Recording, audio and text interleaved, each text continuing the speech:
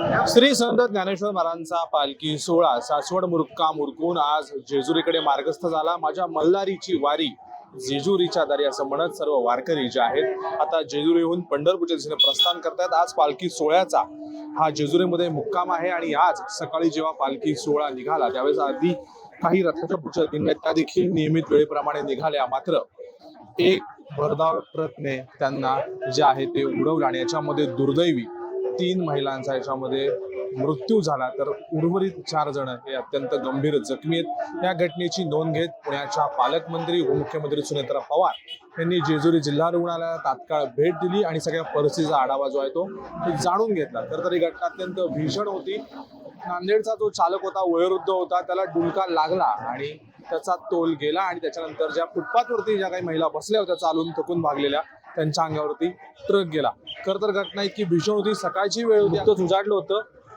घटना काय घडली, कशा पद्धतीने घडली हे सर्व प्रत्यक्षदर्शी आपल्या आहेत वारीमध्ये। त्यांची जेव्हा चर्चा सगळी आता वारीमध्ये सुरू आहे त्या चर्चेमध्येच आपल्याला काही प्रत्यक्षदर्शी भेटले, आपण त्यांच्याकडनं जाणून घेणार आहोत। खरं तर माऊली, लोक येत आहेत वारीला, वारी करतायत, जेजुरीला जात आहेत आणि आजच काळाचा घाला आला।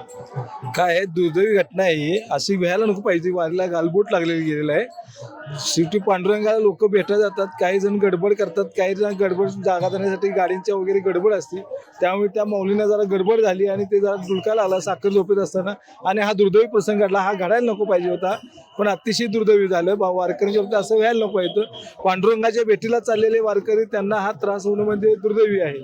माऊली, तुमचं काय, तुम्ही होता तिथे का? हो, आम्ही इथून सासूरकडून येत होतो। येतात कणी ते ट्रकवाला आहे ना, त्याला काय ऍक्च्युली झोप आलेली त्याच्या बहुतेक म्हणजे ते त्याला ट्रक सावरली गेली नाही, त्यामुळे त्याच्या महिलांच्या अंगावर गाडी गेली। तिथं जागेवर ऍक्च्युली 4-5 जणांच्या अंगावर गाडी गेली। त्या जागेवर स्पॉटवरती ऑन स्पॉट एक्सपायर झाली। असं पण झाली सकाळी घटना ही घटना सकाळी 8-8:15 आसपास झालेली आहे। हो, 8:15। तिथे मग परिस्थिती कशी होती? अशी एकदम ऍक्च्युली काय झालं, गर्दी होती भयानक। वारकऱ्यांची जायची गर्दी आणि ती ट्रक जी होती ती सुद्धा वारकऱ्यांचीच होती ट्रक। हो, असं होतं। आणि त्यामध्ये जो काही वयस्कर जे ड्रायव्हर होते ते सुद्धा वारकरीच होते। हो, वारकरी बरोबर आहे, कारण समाज माऊलींच्या पालखी सोहळ्याला भरपूर असतो आणि अंतर पार करायचं असतं, चुकू नये कोणी। ग्रामीण भागातील लोक असतात, आपल्या दिंडीसोबत चालायची त्यांची इच्छा असते, त्या लगबगीमध्ये ते सगळे जात असतात आणि ट्रक चालक देखील रात्रभर जगून एका मुक्कापासून पुढच्या मुक्काकडे जात असतात, त्यांची देखील धावपळ दमछाक होते।